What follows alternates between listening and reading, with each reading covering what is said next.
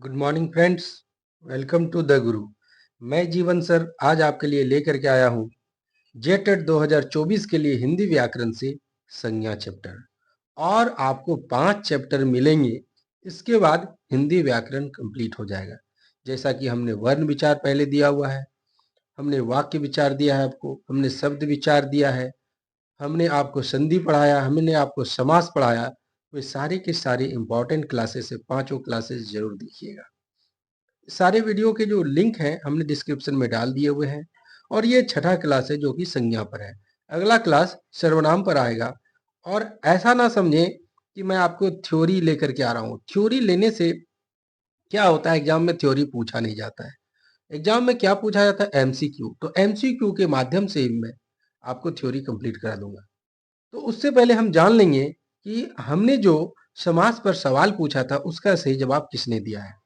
समास पर हमने पूछा था मृग नयनी में कौन सा समास है। तो उसका सही जवाब जो दिया है वो कर्मधारय समास दिया है प्रिंस कुमार ने। ये देखिए। और अगर आपको भी चाहिए आपका नाम मैं आपके लूं अगले वीडियो में, तो आपको कमेंट करने होंगे इस वीडियो के आखिरी सवाल को, जो कि मैं लास्ट में पूछूंगा। ठीक है। और इसने पार्ट 6 भी मांगा था, तो देखिए पार्ट 6 भी मैं लेकर के आया हूं। आज का पहला सवाल देखेंगे कि आप सभी को पता है कि किसी व्यक्ति, वस्तु, जगह या जानवर के नाम को संज्ञा कहते हैं। लेकिन शायद ही आप में से किसी किसी लोगों को ना पता होगा, या फिर मैं यूं कहूं कि किसी को पता होगा ही। तो वो बताइए आप कि व्युत्पत्ति के आधार पर संज्ञा के कितने भेद होते हैं। आपने आज तक संज्ञा के 5 भेद ही जानते थे। आज मैं 2 प्रकार से आपको 8 भेद बताऊंगा। पहला प्रकार में 3 भेद होता है और दूसरा प्रकार में 5 भेद होता है। तो अगर इस तरह की वीडियो को आपको रेगुलर जानते रहना है तो सब्सक्राइब कर लीजिए चैनल को, नोटिफिकेशन दबा ऑन कर दीजिएगा बेल आइकन से, और कमेंट कीजिएगा आज के वीडियो के आखिरी सवाल को। ठीक है। तो पहला सवाल आपसे है कि व्युत्पत्ति के आधार पर संज्ञा के कितने भेद होते हैं। तो व्युत्पत्ति के आधार पर संज्ञा के 3 भेद होते हैं। कितने भेद होते हैं? 3 भेद होते हैं। तो हमारा आंसर ए हुआ। अब आपके मन में आ रहा होगा, भाई ये भी तो बता दो कि कौन कौन से होते हैं। आपने 3 तो कह दिया कि कौन सा 3 होता है। तो पहला होता है रूढ़, दूसरा होता है यौगिक, और तीसरा होता है योग रूढ़। याद कीजिए जब हमने शब्द विचार आपको पढ़ाया था तो इसकी चर्चा की थी। अगर आपने वो वाली नहीं देखी है तो जरूर देख लीजिए, फिर भी मैं थोड़ा सा आपको यहाँ पर बता दे रहा हूँ। ठीक है। तो ये देखिए, रूढ़ वैसे शब्द होते हैं जिसको खंड कीजिएगा तो उसका अपना अस्तित्व ही समाप्त होता है। जैसे कि हम बात करेंगे कार की, कार। तो का और र को अलग कर दीजिए तो दोनों का अस्तित्व समाप्त हो गया। ऐसे शब्द को रूढ़ शब्द कहते हैं। यौगिक शब्द किसको कहते हैं? ऐसे शब्द जो दो शब्दों से मिलकर के बने होते हैं और दोनों का अर्थ होता है। जैसे हम बात करेंगे नील कमल की, नील कमल की। ठीक है। तो नील कमल में नील का भी अर्थ है और कमल का भी अर्थ है, तो इसे हम कहेंगे यौगिक शब्द। और आपको मैंने समास में बताया था कि ऐसे यौगिक शब्द जिसमें उपमा उपमेय की बात हो वो कर्मधारय समास होता है। योग रूढ़ में बात करें तो योग रूढ़ क्या होता है, देखा जाए तो बहुव्रीहि समास का ही जैसा ही काम करता है। पहले वाले में तोड़िएगा तो कोई अर्थ ही नहीं निकलेगा, दूसरे वाले में दोनों का अर्थ निकलेगा, और योग रूढ़ में एक तीसरा अर्थ निकल के आता है। जैसे वीणा पानी, वीणा है जिसके हाथ में अर्थात सरस्वती। गणेश जिसको हम लोग बोलते हैं लंबोदर, लंबा है उदर जिसका अर्थात लंबोदर यानी गणेश। तो ऐसे शब्दों को योग रूढ़ शब्द कहा जाता है। तो आपने क्या सीखा? आपने सीखा व्युत्पत्ति के आधार पर संज्ञा के 3 भेद होते हैं। क्या आपको ये चीज पहले पता था? अगर पता है तो आप हमें कमेंट में हाँ लिखेंगे, और नहीं पता था तो हम आपको बता दिए। आज ये भी बताएंगे कि ये जानकारी आपको जानकारी थी या नहीं थी। आप हमें जरूर कमेंट करेंगे, मैं इतना तो आपसे उम्मीद जरूर करता हूं। दूसरे प्रश्न को देखिए कि अर्थ के आधार पर संज्ञा के कितने भेद होते हैं। और हाँ, ये वाला आप बिल्कुल ही जानते हैं। मैं ये नहीं कहूंगा कि ये वाला आप नहीं जानते हैं, ये वाला बिल्कुल जानते हैं। जातिवाचक, व्यक्तिवाचक, भाववाचक, समूहवाचक और द्रव्यवाचक, ये आपको पता है।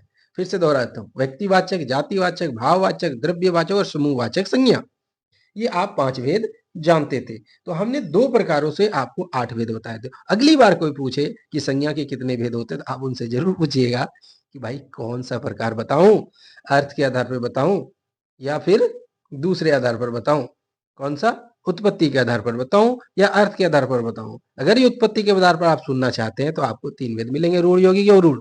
अगर आप अर्थ के आधार पर जानना चाहते हैं तो आपको 5 भेद मिलेंगे, जातिवाचक, व्यक्तिवाचक, भाववाचक, द्रव्यवाचक और समूहवाचक संज्ञा। अच्छी लगी ना वीडियो? लाइक कीजिए। अब चलिए आगे बढ़ते हैं। तीसरा प्रश्न देखते हैं कि शिक्षक संज्ञा का कौन सा प्रकार होता है? ऐसा बताऊंगा ना कि आपको कभी दिक्कत ही नहीं होगी। तो पहले हम बात करेंगे समूहवाचक संज्ञा की। तो समूहवाचक में आपको ग्रुप में मिलेगा, बल्क में मिलेगा, समूह में मिलेगा। आप समझ जाना ये समूहवाचक संज्ञा। जैसे केला, अंगूर, है ना, ये गुच्छे में रहता है। काफिला, फ्लीट जिसको बोलते हैं, कारवां, मेला, सेना, ये हमेशा ग्रुप में चलती है। तो ये ग्रुप, जहां ग्रुप मिला तो आप समझ जाइएगा ये समूहवाचक संज्ञा है। लेकिन शिक्षक ग्रुप में मिलते हैं क्या? नहीं मिलते हैं। जातिवाचक क्यों? देखते हैं। तो जब भी कोई ऐसा नाम मिले जो पूरी जाति का बोध कराता हो, चाहे वस्तु का जाति हो, चाहे सामान का हो, चाहे व्यक्ति का हो, चाहे फिर जानवर का ही क्यों ना हो। जैसे मैं कहूं आदमी, तो क्या कोई एक आदमी है? आदमी पूरे आदमी समूह को बोध कराता है। औरत पूरे आदमी समूह को बोध कराता है। इसका कुत्ता, पूरे जानवरों के समूह में कुत्ता तो बहुत सारा कुत्ता है। लेकिन अगर आप उसका कोई खास नाम रख देते, पर्टिकुलर नाम, स्पेशल नाम, तो ये व्यक्तिवाचक बन जाता है। जातिवाचक को स्पेशल नाम दिए तो क्या बन गया? व्यक्तिवाचक। जैसे बात करते हैं शिक्षक की, क्या भाई कोई एक ही शिक्षक है क्या? है क्या बताइए? नहीं है ना। शिक्षक तो कई सारे हैं।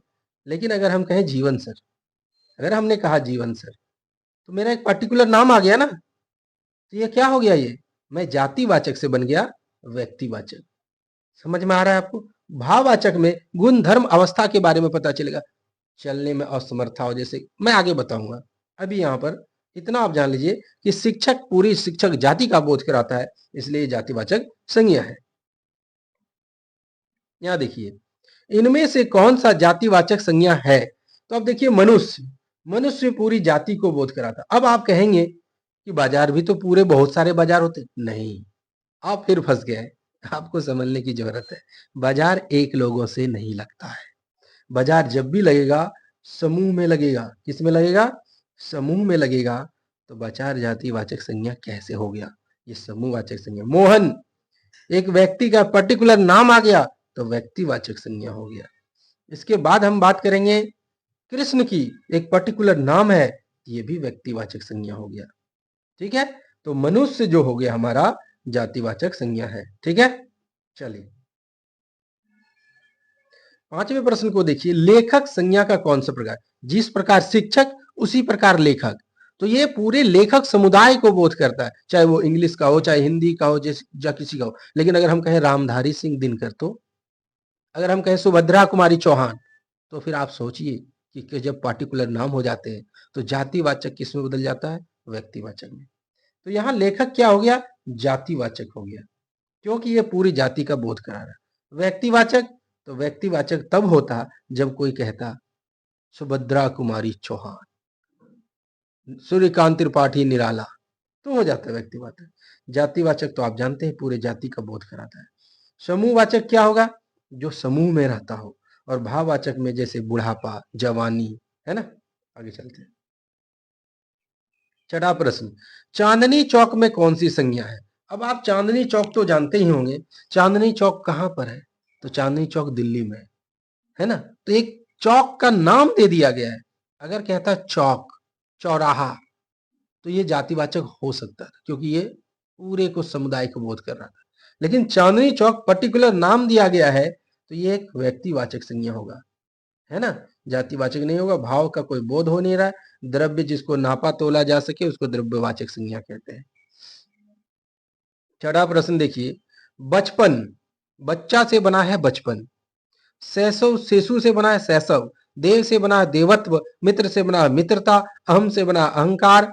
स्वत्व से बना है स्वयं, स्वयं से बना है स्वत्व। तो ये सभी संज्ञाएं क्या है? भाववाचक संज्ञाएं। जिससे गुण, धर्म, अवस्था का पता चले, ये भाववाचक संज्ञा होती है। इसकी पहचान बता देता हूं। भाववाचक संज्ञा नहीं, लास्ट में मिलेगा आपको ता। देखिए मित्रता में ता है।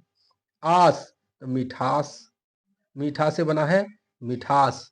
इसके बाद, इसके बाद लास्ट में आपको मिल सकता है पा, औ, पन। इसके बाद आपको ई, आओ, वट। इसके बाद हठ, त्व, ये सब आपको मिलेगा त्व। तो इतना सोचने की जरूरत नहीं, आप खुद सेंटेंस को देख करके पकड़ लीजिएगा कौन सा भाववाचक संज्ञा। भाववाचक बिल्कुल अलग होते, वो गुण धर्म अवस्था के बारे में जानकारी देता है। 8वां प्रश्न है, इस गन्ने में मिठास नहीं है, आपको भाववाचक संज्ञा चुनना है। तो सबसे पहले इस क्या हो जाएगा, ये हो जाएगा आपका सर्वनाम।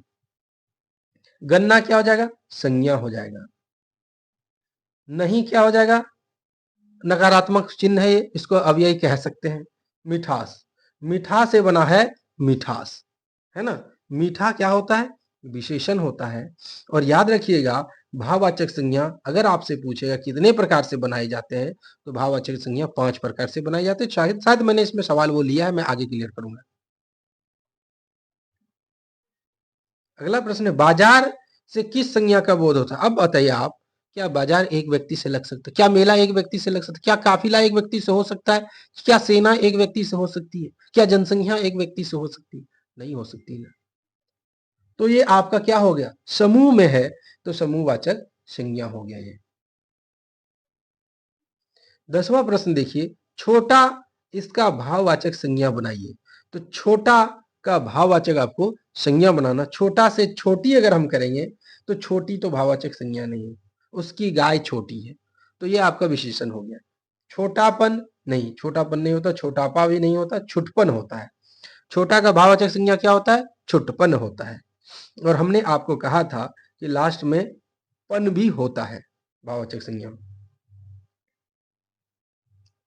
मैं पुस्तक पढ़ता हूं, इसका पद परिचय दीजिए। और ये वेरी वेरी इंपॉर्टेंट है, पद परिचय कई बार पूछे गए हैं। भी आई, पद परिचय। पद परिचय का मतलब जिसको कलर किया गया है ना, आपको उसके बारे में सारी जानकारी देना है। तो पुस्तक क्या है, जातिवाचक संज्ञा है, क्योंकि अगर पुस्तक में बोलता कोई खास, जैसे कि सचिन की एक पुस्तक, मुझे नाम नहीं याद आ रहा है, लिटिल मास्टर करके है क्या, और अगर कोई ऐसे खास पुस्तक का नाम आ जाता है ना, बीपीएससी ऐसा कुछ नाम आ जाता है, तो वो आपका व्यक्तिवाचक संज्ञा हो जाता है। क्योंकि पुस्तक कोई एक खास ऐसा दिखाया नहीं गया, बहुत सारी पुस्तकें होती है ना। 10th क्लास की मैथ पुस्तक, तो ये व्यक्तिवाचक संज्ञा हो सकती है। समझे बात को, ये पुस्तक कितने वचन में है, एक वचन में है। क्यों, क्योंकि पुस्तकें इसका बहुवचन होता है। दूसरा पुल्लिंग है। अब आप ये कहेंगे कि पुस्तक कैसे जान गया आपने कि पुल्लिंग है। तो जब भी किसी को जाना, उस सेंटेंस पर गौर कीजिए, सेंटेंस आपको बताएगा पुल्लिंग है कि स्त्रीलिंग है। मैं पुस्तक पढ़ता हूं, पढ़ता हूं, तो ये हो गया पुल्लिंग। सीता पुस्तक पढ़ती है, तो यहां पर पुस्तक हो जाता है स्त्रीलिंग। तो इस तरह से जब हम किसी पद का परिचय देते हैं, तो उसे हम कहते हैं पद परिचय, और ये भी संज्ञा के अंतर्गत आता है। 12वां प्रश्न है, संज्ञा शब्द का कौन सा भेद नहीं होता है। संज्ञा के व्यक्तिवाचक भी होते हैं, जातिवाचक भी होते हैं, भाववाचक भी होते हैं, समूहवाचक भी होते हैं, द्रव्यवाचक भी होते हैं, निजवाचक सर्वनाम होता है। क्या होता है, निजवाचक सर्वनाम होता है। मुझे थोड़ी सर्दी है, आवाज भारी हो सकती है, इससे कोई फर्क नहीं पड़ेगा आपको, इसलिए मैनेज कर लें। 13वां प्रश्न है कि मीठा शब्द भाववाचक संज्ञा का कौन सा रूप होगा, यहाँ पर बताइए। मिठास होगा, मिठाई होगा, मीठी होगा, मीठ होगा। तो हमने बताया था आस, याद कीजिए लास्ट में होता है आस, तो भाववाचक संज्ञा में मिठास भी होता है, ई भी होगा, लेकिन मिठाई भाववाचक संज्ञा नहीं होगा, मिठाई जातिवाचक संज्ञा हो जाएगा। बहुत सारी मिठाइयां हैं भारत में, है ना। तो आपका आंसर होगा मिठास। 14वां प्रश्न है कि निम्नलिखित विकल्पों में से किस विकल्प में सभी शब्द व्यक्तिवाचक संज्ञा है। आपको क्या ध्यान देना है, खास नाम खोजना है। व्यक्तिवाचक संज्ञा में हमेशा से खास नाम होते हैं, तो चलिए खोजते हैं। तो राम एक खास नाम है, बिल्कुल है। रामचरितमानस भी तुलसीदास कृत है, ये भी खास है। गंगा भी एक खास नाम है, तो हमारा आंसर तो मिल गया। दूसरे ऑप्शनों को देख लेते हैं। कृष्ण खास नाम है, कामायनी है, जयशंकर प्रसाद की एक रचना है कामायनी, वो है। मिठास में भाववाचक संज्ञा, ये नहीं हुआ। लखनऊ व्यक्तिवाचक संज्ञा, बुढ़ापा भाववाचक संज्ञा, आम जातिवाचक संज्ञा, कई सारे आम होते हैं। ममता, ममता मम से बना है ममता, तो ये बना है आपका भाववाचक संज्ञा हो गया। वकील जातिवाचक संज्ञा हो गया, पुस्तक जातिवाचक संज्ञा हो गया। तो हमारा सारा का सारा ऑप्शन ए में मिल जा रहा है व्यक्तिवाचक संज्ञा। 15वां प्रश्न है, जिन संज्ञाओं में से एक ही प्रकार की वस्तुएं अथवा व्यक्तियों का बोध हो उन्हें क्या कहते हैं? एक ही प्रकार की बात होगा तो जैसे हम कहेंगे गाय, तो कितनी सारे एक प्रकार की गायें हो जाएगी। अगर हम कहेंगे नदियां, कितनी प्रकार की नदियां एक प्रकार से हो जाएंगी। तो इस तरह के शब्दों में क्या होता है? जातिवाचक संज्ञा होती है। अगर आप एक ही प्रकार नहीं बोलता, एक ही बोलता, जैसे हिमालय, तो हिमालय एक ही है कि नहीं? अगर हिमालय पर्वत श्रृंखला बोलेगा तो ये जातिवाचक संज्ञा हो जाए, कई सारी उसमें पहाड़ है, लेकिन हिमालय तो एक ही है ना। 16वां प्रश्न है, राज्यपाल में कौन सी संज्ञा है? अब हम आपसे दो ऑप्शन देते हैं, एक आपको तो मिल गया राज्यपाल और दूसरा हो गया राष्ट्रपति। राष्ट्रपति, आप खुद देखिए ना, राज्यपाल एक ही है क्या? 28 राज्य के अगर कार्यभार ना दे तो 28 राज्यपाल हो ही सकते हैं ना, लेकिन राष्ट्रपति कितने होंगे? एक ही होंगे। लेकिन लेकिन दोनों में फंसना नहीं है, राष्ट्रपति भी तो कई सारे बन चुके, लगभग 14 हो चुके। आपको जब तक नाम ना मिले आप इसे जातिवाचक संज्ञा में रखेंगे। राज्यपाल का नाम निकल जाता है ना, मान लीजिए कि श्री जगदीप धनखड़ पहले राज्यपाल रह चुके हैं, अभी उपराष्ट्रपति हैं। अगर नाम मिलता तो व्यक्तिवाचक हो जाता। राष्ट्रपति का अगर हो जाता द्रौपदी मुर्मू, सुश्री द्रौपदी मुर्मू, तो ये आपका हो जाता व्यक्तिवाचक। लेकिन नाम आया है क्या? नहीं आया ना, इसलिए ये होगा जातिवाचक। 17वां प्रश्न है, निम्न में से संज्ञा शब्द को छांटिए। चुनना है आपको, इनमें से कौन सा संज्ञा है? हरा क्या है? विशेषण है। पतला क्या है? विशेषण है। गहरा क्या है? विशेषण है। लेकिन सभा, सभा का मतलब मीटिंग हॉल में जहां मीटिंग हो रही है उसको सभा बोलते हैं, जहां बहुत सारे लोग बैठे रहते हैं। ये कौन सी संख्या है? तो समूहवाचक संज्ञा है ये। 18वां प्रश्न देखिए, निम्नलिखित में से कौन सा समूहवाचक संज्ञा नहीं है? नहीं है बोल रहा है, तो सभा में तो बहुत सारे लोग होंगे, कक्षा में बहुत सारे बच्चे होंगे, भीड़ में बहुत सारे लोग होंगे, लेकिन दौड़, दौड़ किससे बना है? दौड़ना से बना है, दौड़। तो दौड़ क्या हो गया? तो ये आपसे ये पूछ रहा है कि समूहवाचक इसमें है क्या? नहीं है। अब दौड़ रहा है तो कौन दौड़ रहा है? तो दौड़ते एक एक भी व्यक्ति दौड़ सकता है, बहुत सारे लोग भी दौड़ सकते हैं, ऐसा कुछ क्लियर तो नहीं है ना इसमें, बस दौड़। ठीक है, ये आपका वर्ब भी हो सकता है। तो इन सब में तो कंफर्म है कि सभा एक व्यक्ति से नहीं हो सकती है, कक्षा एक बच्चे से नहीं हो सकती है, भीड़ एक बच्चे से नहीं हो सकती, एक लोग से नहीं हो सकती। 19वां प्रश्न है, भाववाचक संज्ञा कितने प्रकारों से बनती है? तो भाववाचक संज्ञा 5 प्रकारों से बनती है। भाववाचक संज्ञा कितने प्रकारों से बनती है? 5 प्रकारों से। तो चलिए एक एक करके बताते हैं। पहला बनती है जातिवाचक संज्ञा से।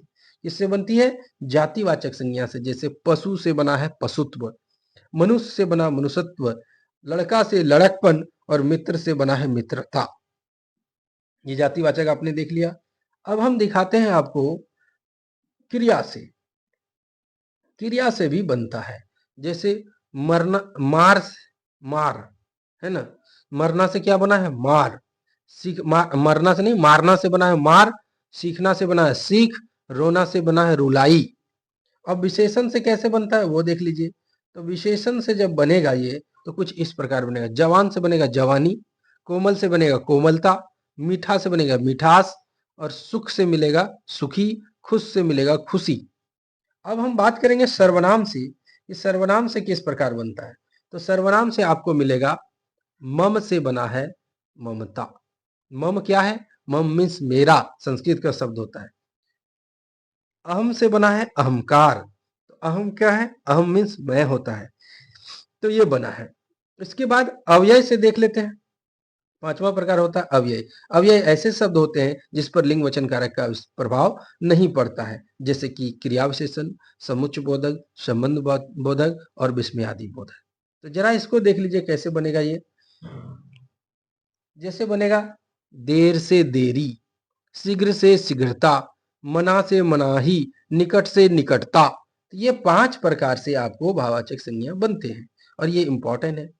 अब आपसे पूछा है कि हिमालय किस प्रकार की संज्ञा है, ये आपका 20वां प्रश्न है। आप ध्यान दीजिएगा, गौर बनाए रखिए, ध्यान को भटकने मत दीजिए, बहुत इजी लगेगा सारी क्लासेस इजी में बताता हूँ मैं। मेरे पास कोई लंबा चौड़ा ऐसा घुमा फिरा के बात करने की आदत नहीं, मैं सीधा सीधा से बात करता हूँ ताकि बच्चे हमारे समझ सके। तभी तो मेरा आप लोग इनाम लेंगे कि हाँ इन्होंने बढ़िया से बताया। मैं झूठ मूठ का लंबा नहीं करता वीडियो, आप जानते होंगे। देखिए 20वां प्रश्न है, हिमालय किस प्रकार की संज्ञा है? हमने क्या बताया था?